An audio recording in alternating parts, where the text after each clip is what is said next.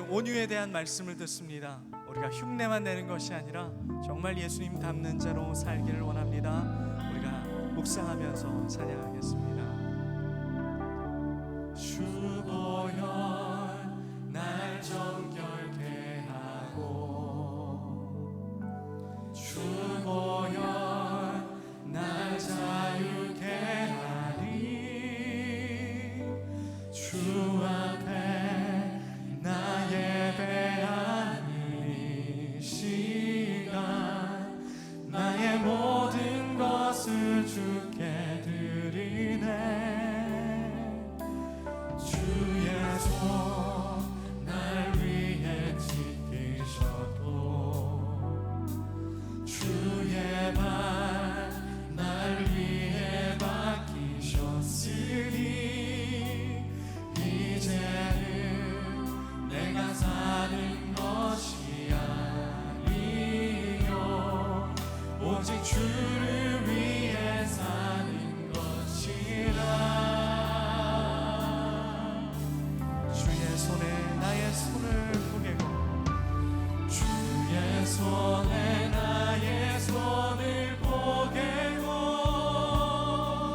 또 주의 발에 나의 발을 포개어 나 주와 함께 죽고 또 주와 함께 살리라. 영원토록 주 위에 주 위에 살리라. 주보혈 날 정결케 하고, 주보혈 날 자유케 하니. 주 앞에 주님, 우리 사람으로 할 수 없는 것을 오늘도 주의 말씀으로 가능케 하여 주시고, 우리가 예수와 같이 됨으로, 예수를 닮아감으로 하나님 우리가 온유한 삶 살게 하여 주옵소서. 날 위해 지키셨고, 주의 발 날 위해 맡기셨으니, 이제는 내가 사는 것이 아니요 오직 주를 위해 사는 것이라.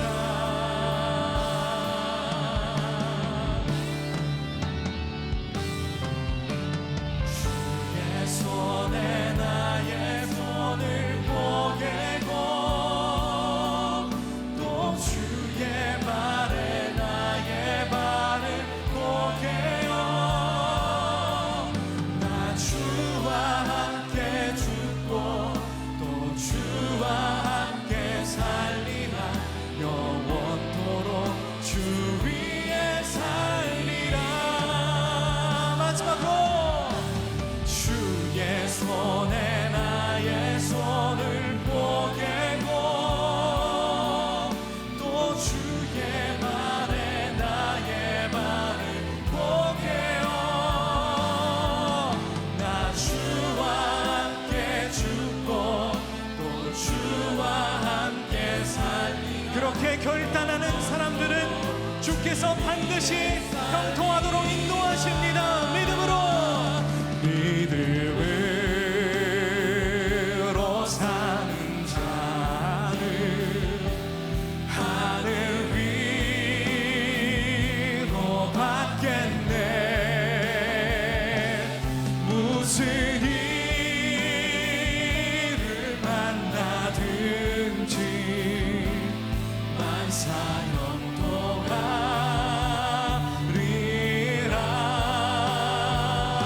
우리가 온전하게 믿음으로 복된 삶을 살기로 선택하고 결단하며 생각을 바꾸는 자에게 주님의 충만한 은혜와 형통의 복이 있을 줄 믿습니다.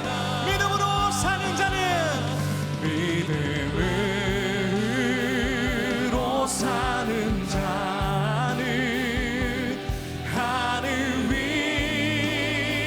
위로 받겠네. 무슨 일을 만나든지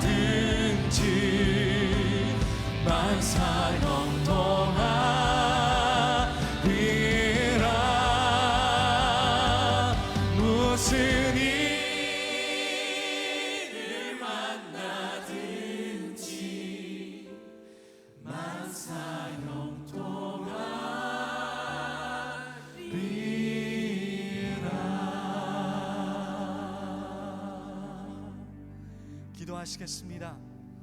온유한 자 복이 있나니 땅을 기업으로 주리라 말씀하신 주님, 우리가 스스로 할 수 없는 일을 예수의 이름으로 가능하게 하시고 능하게 하시는 우리 주님을 찬양합니다.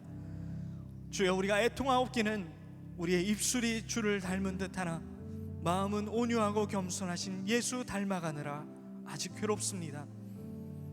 주여, 우리가 간절히 원하오니 죄인도 원수도 친구로 변해가는 기적 같은 그 복이 우리에게 있게 하여 주옵소서. 지금은 불가능해 보이지만 오늘 말씀을 듣고 마음을 다스리실 주님 앞에 의탁함으로 우리가 주의 뜻을 이루어가며 살게 하여 주옵소서. 오늘도 말씀을 전하시는 담임 목사님을 강건함으로 세워주시고 전해주시는 말씀을 통해 되는 대로 사는 인생이 아니라 하나님 뜻 안에 사는 인생 되게 하여 주옵소서. 이름 거룩히 여김을 받으시길 원하오며 이 모든 것 온유하신 어린 양 우리 주 예수 그리스도의 이름으로 기도합니다. 아멘. 오늘 우리에게 주시는 하나님의 말씀은 마태복음 5장 5절입니다.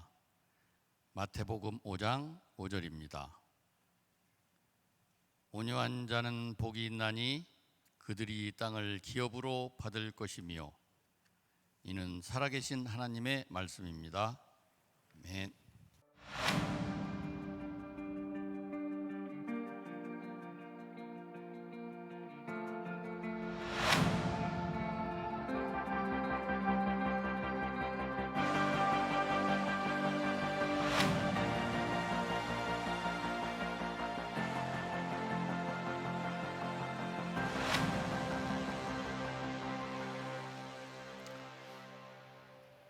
계속해서 우리가 복된 삶을 살기로 결심하다라고 하는 큰 주제를 가지고 팔복 말씀을 나누고 있습니다. 오늘은 온유한 자의 복에 대하여 말씀을 나누는데, 이 시간에도 지금 영상으로 예배드리는 많은 분들이 계시니까 지금 인사를 나누고 말씀으로 들어가면 좋을 것 같아요. 온유한 자로 삽시다, 이렇게 두 손을 흔들어 인사하는데 온유하게 한번 흔들어 보세요. 자, 우리 한번 인사합시다. 시작.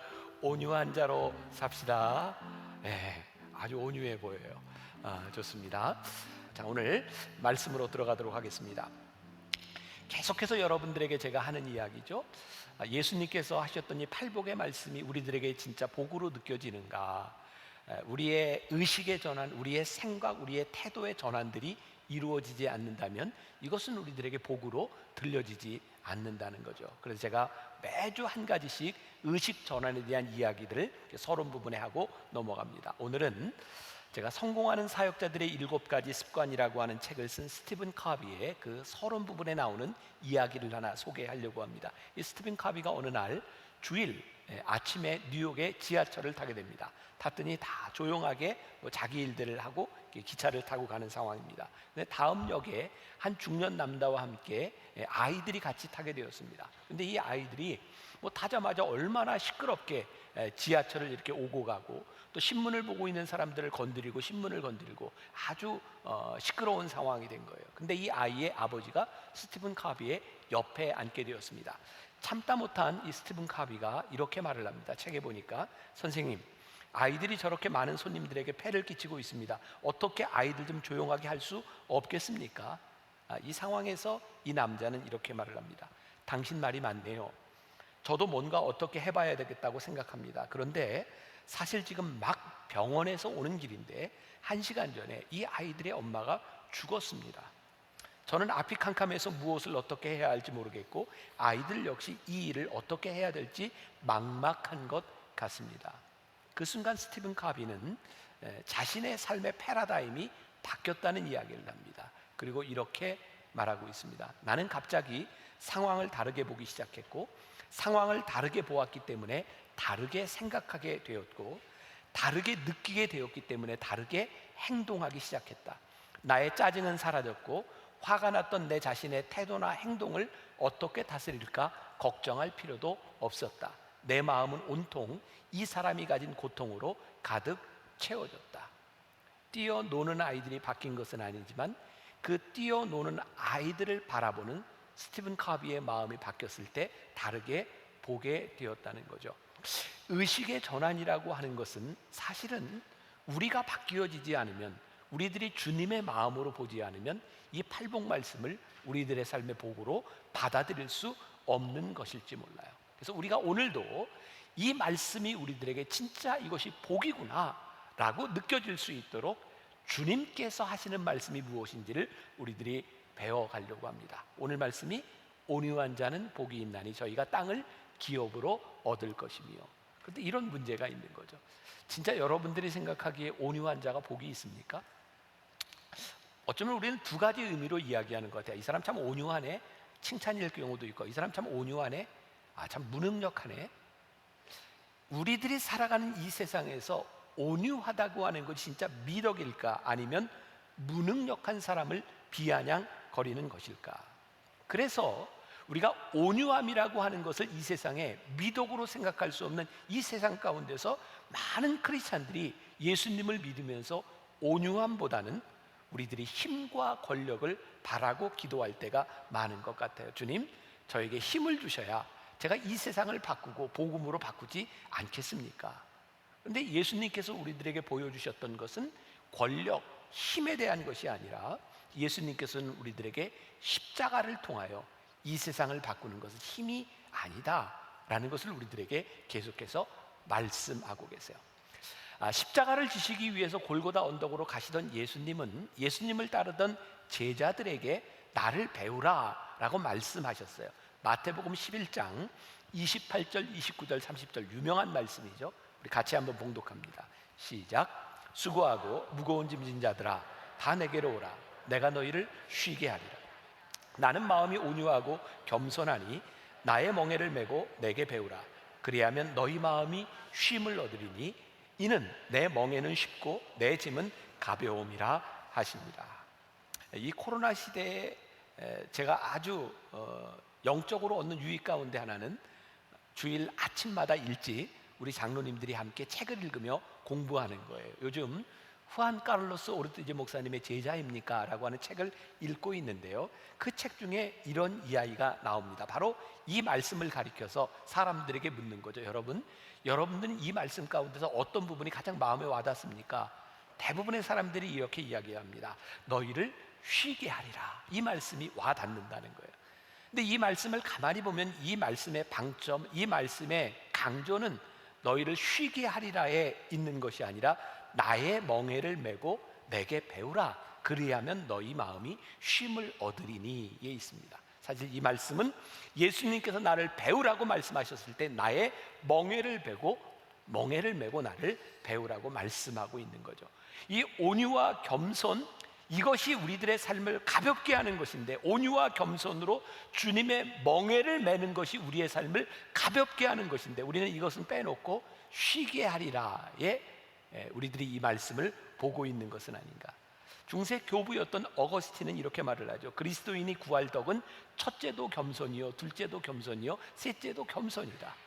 또 우리가 좋아하는 말씀 가운데 이런 구절이 있어요. 주 앞에 낮추라. 그리하면 주께서 높이시리라. 이 말씀 너무 좋잖아요. 그래서 우리들이 자꾸 낮아지려고 노력합니다. 근데 낮아지려고 노력하는 근본적인 목적은 어디 있어요? 그래야 주님이 높이시니까.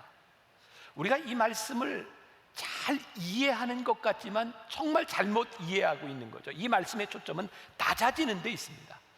낮아지는 데 있어요. 낮아지면 주께서 높이세요. 그런데 우리는 높아지기 위해서 낮아지려고 하는 거죠.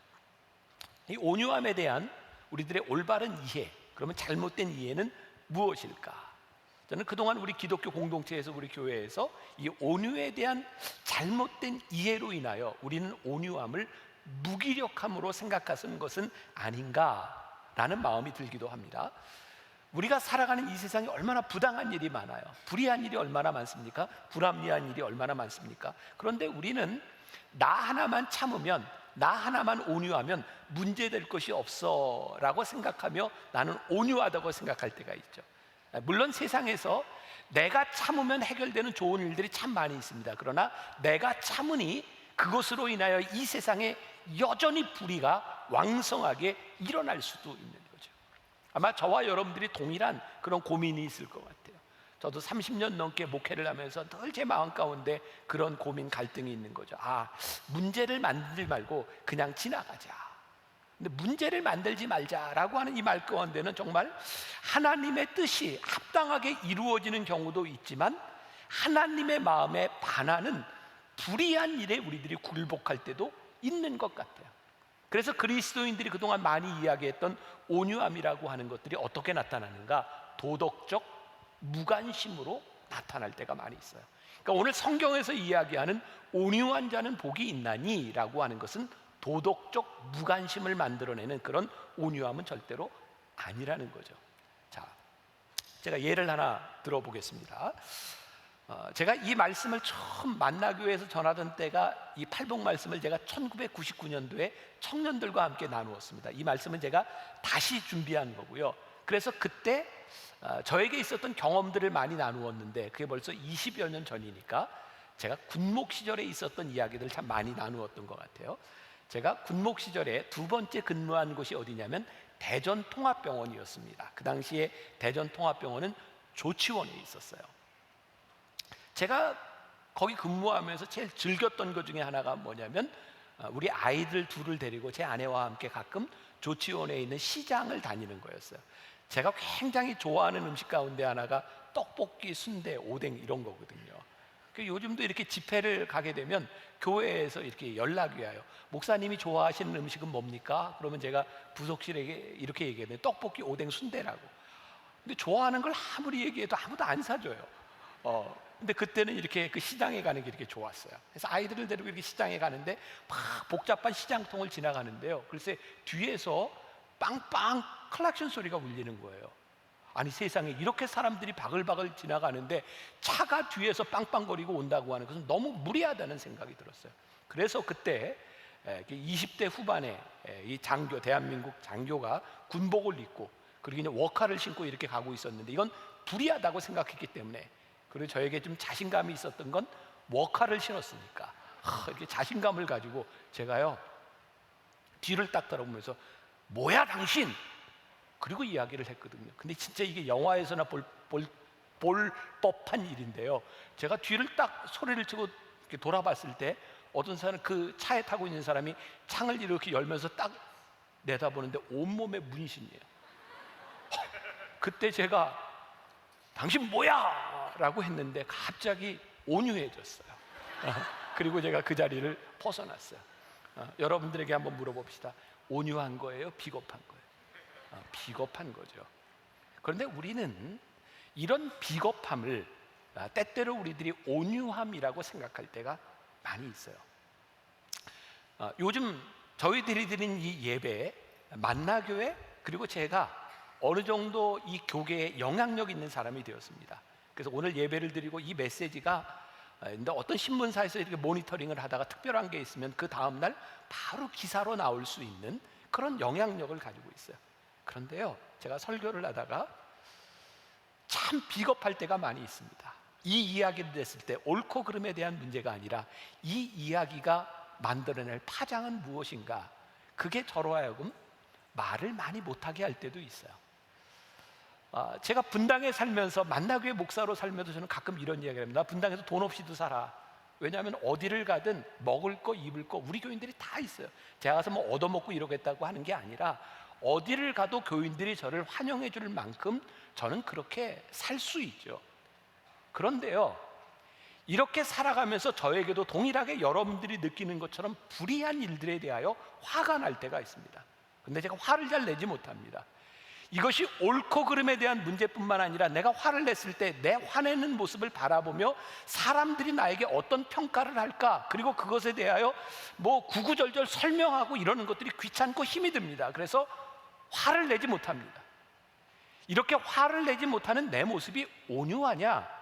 어쩌면 귀찮은 것들을 피해가는 내 모습은 아닐까? 이런 고민이 저에게만 있을까요?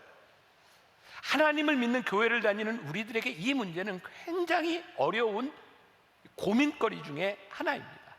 특별히 이번 말씀을 준비할 때 저는 존 메가더 목사님의 팔복이라고 하는 책을 제가 많이 참고했는데 거기에 온유라고 하는 것에 대해서 이렇게 이야기를 하더라고요. 온유함은 온화함과 부드러움과 억제된 성품일 뿐 연약함은 아니다. 온유함은 제어된 힘이다. 온유함은 무기력을 의미하지 않는다. 마음을 다스리는 것이 온유함이다. 온유함은 이렇게 말한다. 나 스스로는 모든 것이 불가능합니다. 그러나 하나님으로서는 모든 것이 가능합니다. 온유함은 또 이렇게 말합니다. 나를 위해서는 아무것도 변화하지 않습니다. 그러나 하나님을 위해서는 내 생명을 바치겠습니다. 온유함은 단순히 내 본성에 굴복하는 그것이 아니라 내 본성을 억제하고 그것을 다스릴 때 나오는 것, 그것이 온유함입니다. 내 본성에 굴복하는 것은 약함이고 그것을 극복하는 것이 온유함입니다. 그러므로 진정한 온유함은 자기를 부인함으로 인하여 나오는 것이 온유함입니다. 오늘 이 온유함에 대한 말씀, 여기 보니까 정말 몇십 년 신앙생활 하신 분들도 있고, 그리고 설교 시간에 팔복 말씀뿐만 아니라 온유함에 대한 말을 얼마나 많이 들었습니까? 그러니까 오늘 제가 여러분들과 나누려고 하는 이 말씀은 지식에 대한 것이 아니에요. 여러분들이 지식이 없기 때문이 아니고 지식의 오류에 대한 문제가 아니라 우리들이 온유함에 대한 말을 그렇게 많이 들으면서 이 온유함을 우리들이 살아가고 있지 못하는 거죠. 하나님께서 우리들에게 말씀하시는 이 온유함이 하나님 나라의 다스림을 가능케 하는 그 일들인데, 우리들이 그렇게 살아가지 못하는 것 때문에 우리들이 같이 고민하고 아파하고 이 말씀을 같이 우리들이 묵상해야 되는 이유이죠. 제가 첫날 이 시리즈를 시작하면서 여러분들에게 했던 말이 있습니다. 팔복 말씀은 혁명이 아니라 개혁입니다. 기억나십니까? 혁명과 개혁의 차이는 무엇인가요? 혁명은 다른 사람을 바꾸려고 피를 흘리는 것이 혁명이고, 개혁은 내가 바뀌어지는 것이다. 오늘 이 온유함은 다른 사람들의 문제에 있는 것이 아니라 하나님 앞에서 내가 어떻게 바뀌어지느냐를 통하여 우리들에게 와지는 것이에요. 존 메가더 목사님이 아주 인상적인 이야기를 했습니다. 온유함에 대하여, 온유함은 거룩한 하나님께 대한 반응이다, 이렇게 말을 하고 있어요. 제가 이제 원어를 여러분들에게 설명하고, 제가 원어를 공부하지는 않았으니까, 여기 온유함이라고 하는 말이 애통함, 심령의 가난함과 같은 어근에서 이야기를 하고 있다 그래요. 상한 심령은 나의 죄에 대하여 초점을 맞춘다면, 온유함은 하나님의 거룩함에 초점을 맞춘다는 거예요. 조금 더 설명할게요. 심령이 가난하다고 하는 것은 내가 죄인이기 때문에 내 마음속에서 애통하는 거죠. 그런데 온유한 것은 내 속의 죄에 대한 문제가 아니라 하나님의 거룩하심 앞에서 서게 될 때 나에게 와지는 것이 온유함입니다. 하나님의 거룩하심 앞에 섰을 때 이 거룩하심 앞에서 나에게 나오는, 다른 말로 하면 길들여지는 성품이 무엇인가?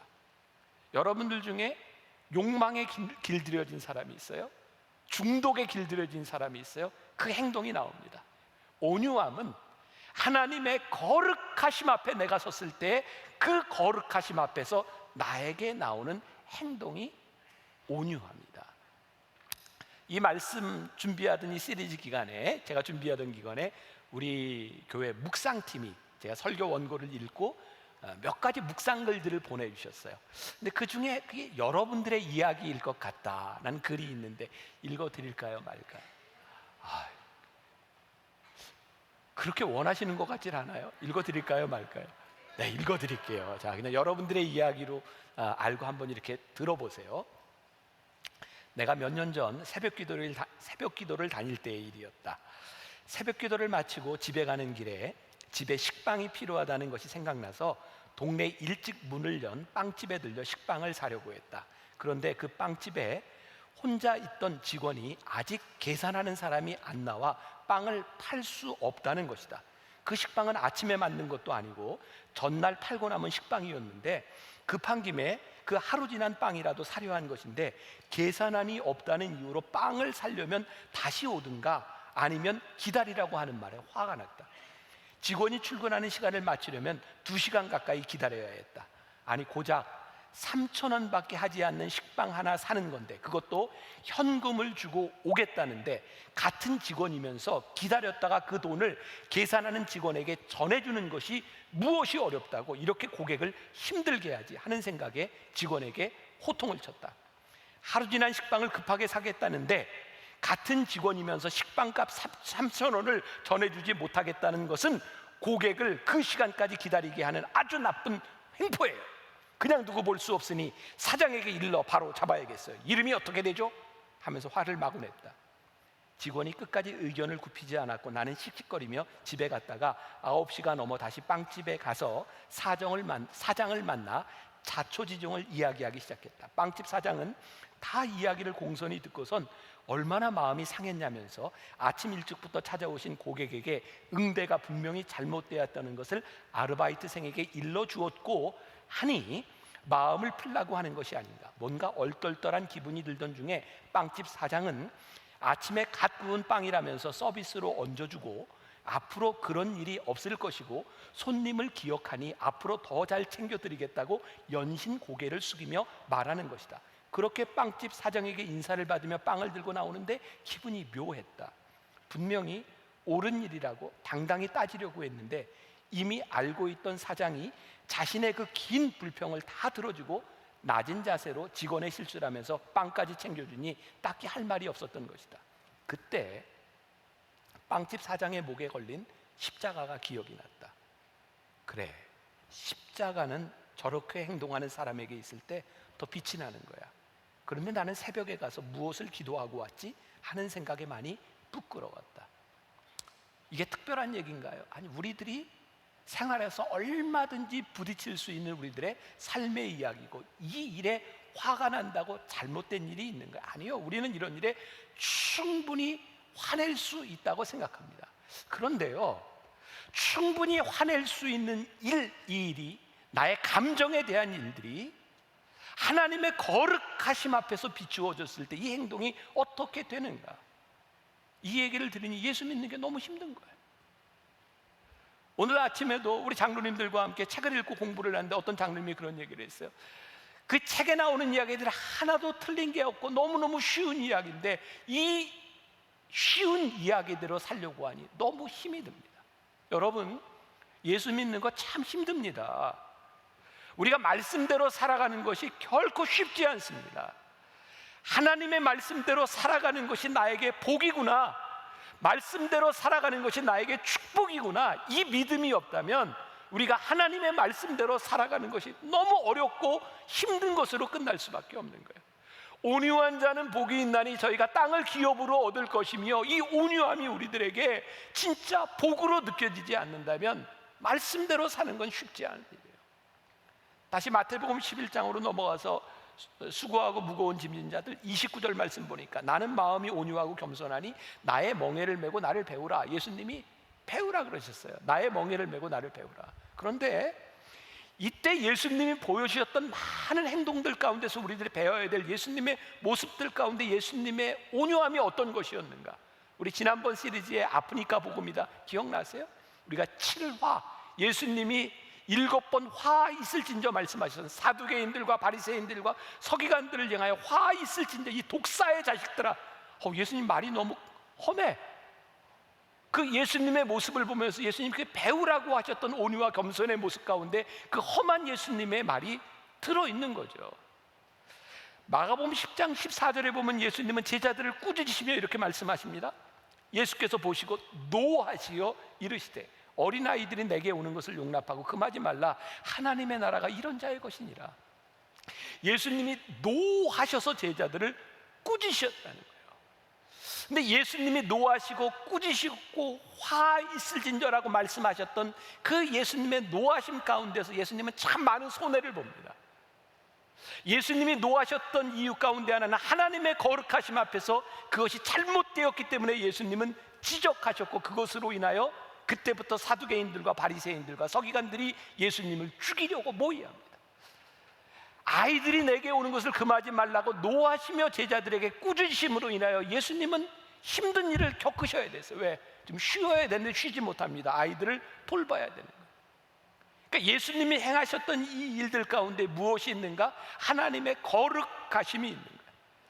진정한 교회의 영성, 교회가 살아있는 것은 뭐냐면 하나님의 마음으로 인하여 우리들이 무엇을 하고 있는가. 그러니까 교회는요, 진정한 교회는 특별한 권력과 돈에 있는 것이 아니라, 돈과 권력의 특별 대우를 받아야 되는 것이 아니라 관심이 필요한 사람들과 하나님의 마음이 있는 곳에 우리의 관심이 가야 되는 것이 교회인 것이죠. 근데 여러분들 착각하지 마십시오. 우리 주님은 힘들고 아프고 어리고 고아와 과부들만을 돌보신 것이 아니라 돈 많은 자를 돌보셨어요. 돈 많은 자들 기뻐하세요. 삭개오를 향해서 예수님께서 삭개오야 내려와라. 오늘 내가 내 집에 유하여야 되겠다. 예수님의 관심은 돈이 아니셨어요. 돈을 가지고 있으나 그의 삶의 궁핍함을 보셨죠. 니고데모, 그 당시에 권력과 돈을 가지고 있었던 니고데모에게 거듭남에 대해서 말씀하셨고, 그리고 부자 청년 관원에게 내 것을 다 팔고 나에게 오라. 그리고 모든 부자들에게도 예수님은 동일한 관심을 가지고 계셨어요.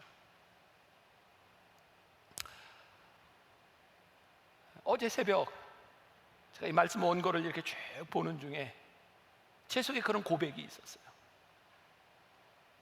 하나님, 진짜 복음이 답이고 하나님의 말씀이 답입니다. 그럼 지금 우리 나라가 늘 그랬던 것 같아요.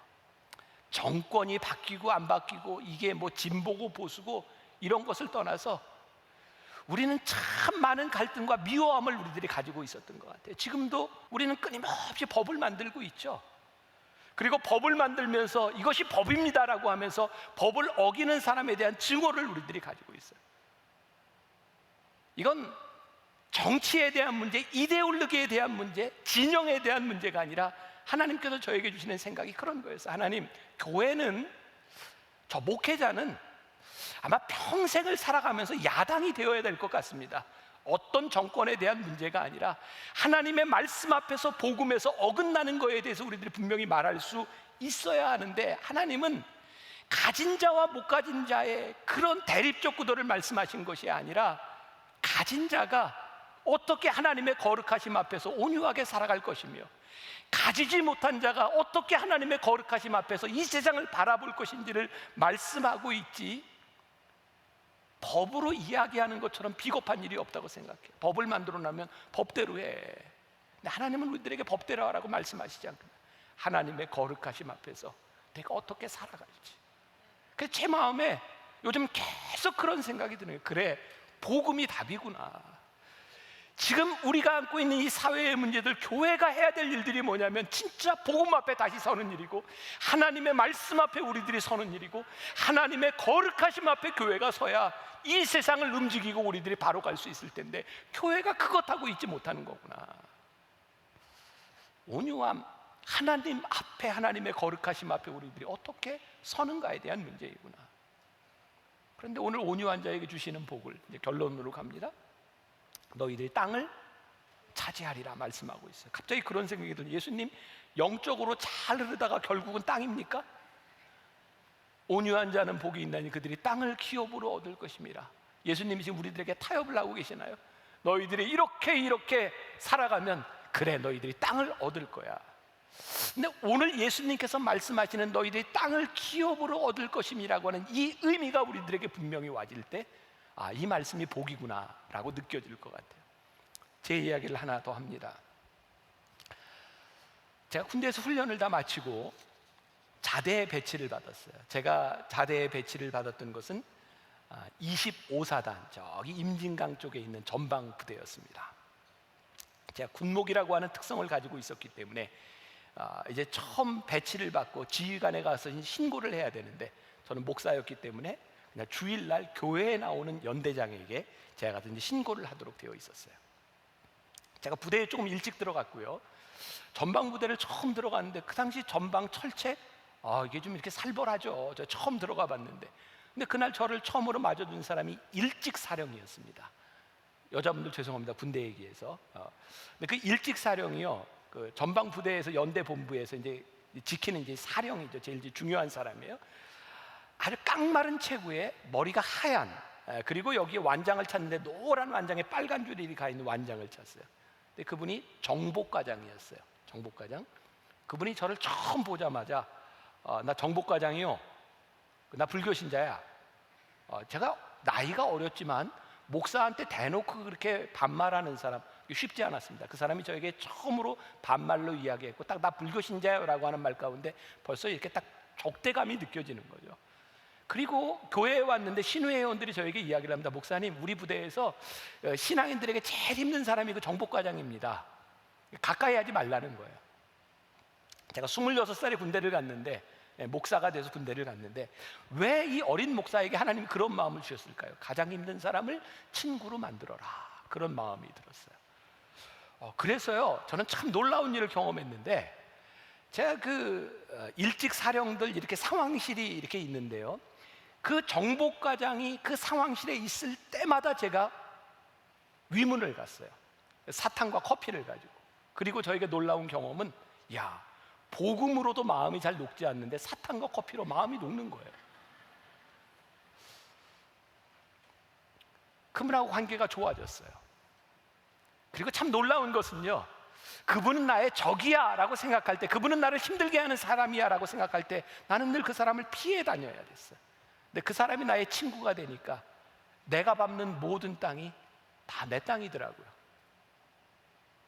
혹시 여러분들 가운데 누군가 정말 그 사람 때문에 힘들어서 이 교회 현관문을 들었을 때 늘 이쪽으로만 들어오고 이쪽으로 들어올 수 없는 사람이 있다면 여러분들은 이만큼의 땅을 잃어버린 사람. 저에게 이 말씀이 이게 놀라운 축복이구나. 온유한 자에게, 하나님의 거룩하심 앞에, 하나님의 말씀 앞에 서는 자들에게 이 온유함으로 관계들이 회복되기 시작할 때 내가 밟는 모든 땅들이 하나님이 주시는 위대한 기업이요 위협이에요. 나에게 축복이 되는 것이구나. 우리 기독교인들에게 이 팔복 말씀, 온유한 자는 복이 있나니, 이 말씀이 온유한 자로 사는 게 왜 복이냐면, 온유한 자가 밟는 모든 땅이 하나님께서 나에게 허락해 주신 그 땅이기 때문에 나에게 이것이 큰 축복이구나. 여러분들에게 이 축복이 임하기를 간절히 소원합니다. 여러분들이 만나는 사람, 여러분들이 만나는 그 땅이 하나님께서 여러분들에게 주신 축복의 땅이 되는 것, 그것보다 우리들에게 더 큰 축복이 있어요. 우리가 땅을 사가지고 소유해야 얼마나 많이 소유하겠습니까? 근데 내가 밟는 모든 땅이 하나님이 나에게 주시는 기업이 되는 것, 이것이 우리들에게 얼마나 큰 축복이겠습니까? 오늘 이 팔복 말씀이 여러분들에게 그 복이 되기를 주님의 이름으로 간절히 축원합니다. 우리가 진짜 찬양했으면 좋겠는데 오늘 말씀하고 영 이렇게 잘 안 맞을 것 같은 찬양이에요. 예배자라고 하는 책입니다. 아무도 예배하지 않는 그곳에서 주를 예배하리라. 아무도 찬양하지 않는 그곳에서 나 주를 찬양하리라. 내가 밟는 모든 땅 주를 예배하게 하소서. 우리가 온유한 자가 되어서 하나님을 예배하고 찬양하는 자가 될 때 내가 밟는 모든 땅이 주를 예배하게 하소서. 이것이 축복입니다. 우리 같이 찬양합시다.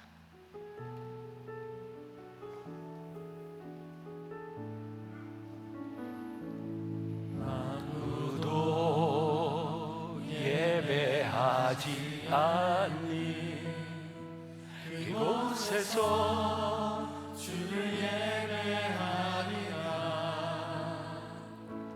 아무도 찬양하지 않니 그곳에서 나 주를 찬양하리라. 누구도 헌신하지 않니 그곳에서 주께 헌신하리라. 누구도 증거하지 않니 그곳에서 나 주를 증거하리라. 내가 밟는 모든 땅 주를 예배하게 하소서. 주의 보혈로 덮어지게 하소서. 내가 선이고 주의 거룩한 곳 되게 하소서. 주의 향기로 물들이소서. 내가 밟는 모든 땅 주를 예배하게 하소서. 주의 보혈로 덮어지게 하소서. 내가 선이고 주의 거룩한 곳 되게 하소서.